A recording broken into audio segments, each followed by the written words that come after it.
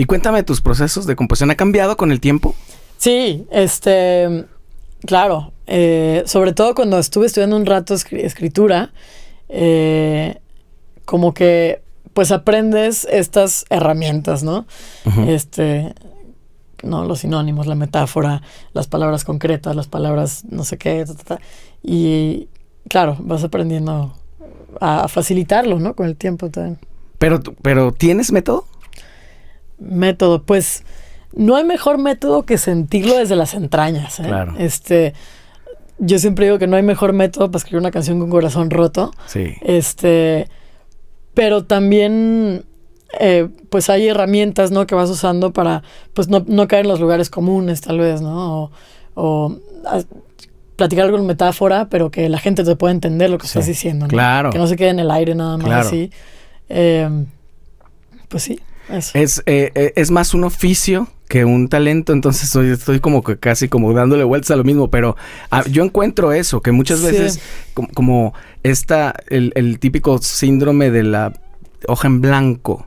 Y que el método te sirve mucho para eso, para avanzar y no quedarte ahí. Exacto. O sea, ¿cuántas veces los artistas o escritores, compositores no nos hemos quedado en esa cosa de la hoja en blanco? Que pueden pasar 1 mes, 2 meses y estás así, sin inspiración, no te llega. Sí, es horrible. Entonces tienes que encontrarla, ¿no?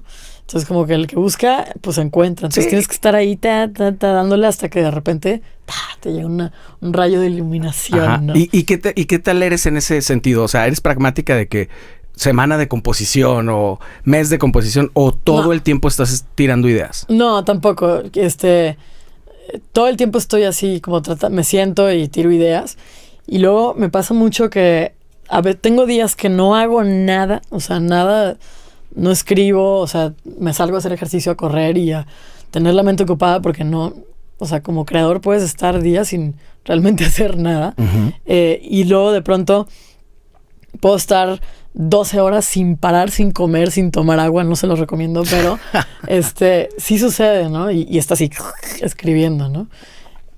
Eso pasa, o sea, realmente tampoco soy una persona súper organizada que te digo que, ay, sí, semana de composición, no lo soy. Me suena TDA.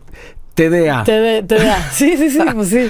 O sea, de que te obsesionas. Exacto. Haciendo, sí, a veces yo creo que comparto eso porque a veces hasta me da miedo ponerme a componer porque sé que ya valió madre. O sea, me va a salir otra idea y otra y otra. Día, sí. Aquí mismo en el estudio tengo que poner la alarma, te lo juro. Porque como aquí aparte no se ve si es de día o de noche, está todo cerrado. Sí, claro. Negro, te puedes... Me he amanecido aquí. Sí. Y es horrible. Sí necesitas cierto orden también. Orden, sí, claro. Por eso que dices también de la disciplina. O sea, está chingoncísimo el talento y todo, pero también necesitas... No es sano.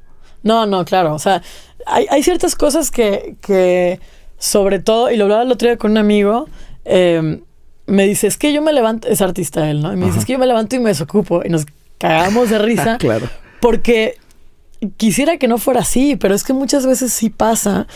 Y entonces tienes esta presión del mundo real, por así decirlo, que pues la gente comúnmente tiene un horario, tiene un quizás por necesidad también, ¿no? Porque quién sabe, igual hay un privilegio detrás que a mí me apoyó para poder estudiar esta carrera, ¿no? Uh-huh.